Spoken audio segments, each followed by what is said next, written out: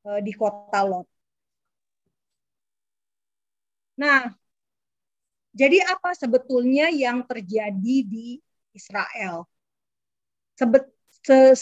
Sejauh ini sepertinya kalau menurut saya ada keinginan dari orang-orang ini, orang-orang Palestina, terutama dari sisi Hamas, karena mereka karena Palestina gagal mengadakan pemilu. Harusnya bulan Mei ini adalah pemilu legislatif Palestina. Lalu bulan September pemilu presiden Palestina.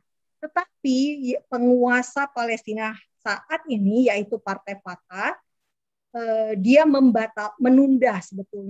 pemilu tetapi tidak jelas batas waktunya. Dan itulah yang membuat kemarahan dari Hamas.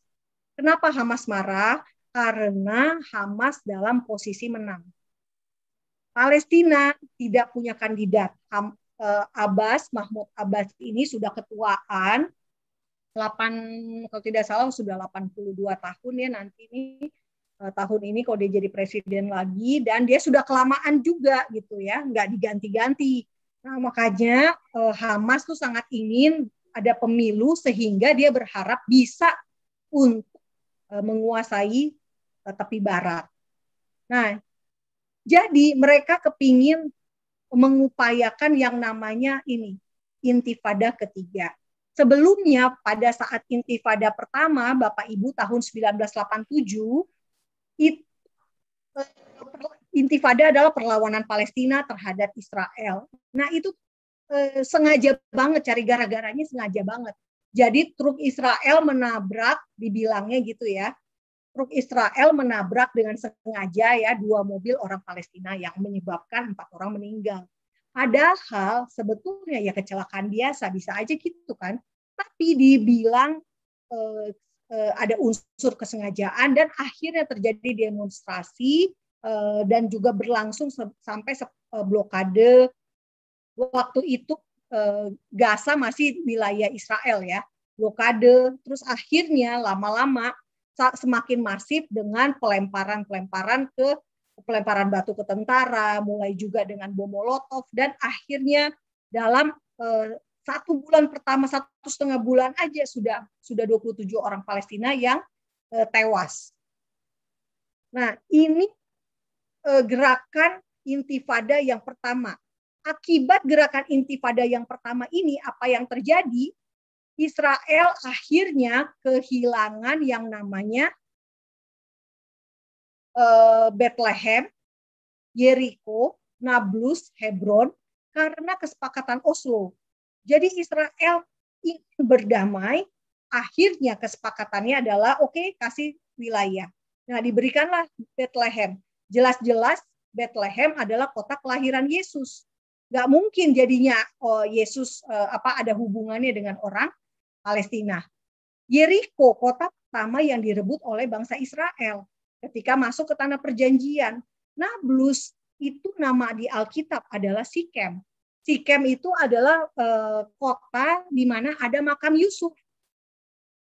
Lalu Hebron di mana ada makam Makpela ya, ada Abraham dan Sarah, Ishak dan juga Yakub dan istrinya, kecuali Rahelnya adanya makamnya di Bethlehem. Jadi secara konteks sejarah mereka nggak ada hubungannya sebetulnya dengan kota-kota ini ya, Bethlehem, Jericho, Nablus, Hebron. Tapi Israel memberikan dengan tujuan damai. Nah yang terjadi kedua, intifada kedua adalah kesengajaan juga. Karena apa? Momennya digede-gedein gitu. Ariel Sharon waktu itu PM dia berkunjung ke Al-Aqsa, berkunjung dia belum jadi PM, dia menjadi anggota Knesset dan dia berkunjung untuk sekedar datang aja gitu ya dan tidak masuk ke dalam. Nah, Bapak Ibu perlu ketahui bahwa kawasan ini Al-Haram Al-Syarif dulunya disebut sebagai Bukit Moria. Disinilah lokasi yang dipercaya sebagai tempat bait suci orang Yahudi. itu ya, tempat bait suci orang Yahudi. Nah, kemudian karena ada Isra Miraj, makanya Islam punya jejak di sini. Teorinya begini Bapak Ibu, kalau ternyata Islam menganggap situs paling sucinya adalah ketika burung boraknya mendarat di tembok borak. Tembok borak adalah tembok ratapan ya bagi orang Islam. Nah, kalau memang situs sucinya itu tembok borak karena Nabi turun di situ misalnya. Lalu naik ke surganya dari depan sini nih, depan Al-Aqsa sini ada namanya kubah kenaikan. Nah, kubah kenaikan itu menjadi titik suci karena dari situlah Nabi miraj ke langit ketujuh dan menerima perintah sholat gitu. Harusnya kan gitu ya. Jadi yang menjadi situs suci ya hanya 3 tempat.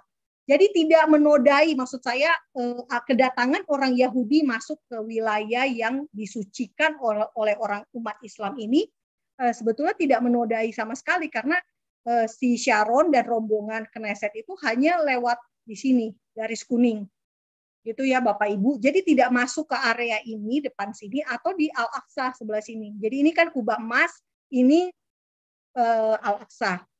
Ini masjid yang namanya Masjid Marwani, kandang kuda Salomo di masa pasukan salib. Jadi kedatangan Ariel Sharon itu diisukan, digoreng menjadi sebuah intifada ketiga. Dan korbannya sangat banyak karena terjadi teror, bom mobil, bom di bus, bom di restoran, bom di mana lagi itu, di tempat umum lah intinya. Jadi ada korban 1.000 orang Israel dan Palestina 5.000. Nah, akibat intifada kedua tahun 2000, pada tahun 2005 akhirnya Israel menyerahkan yang namanya Gaza. Jadi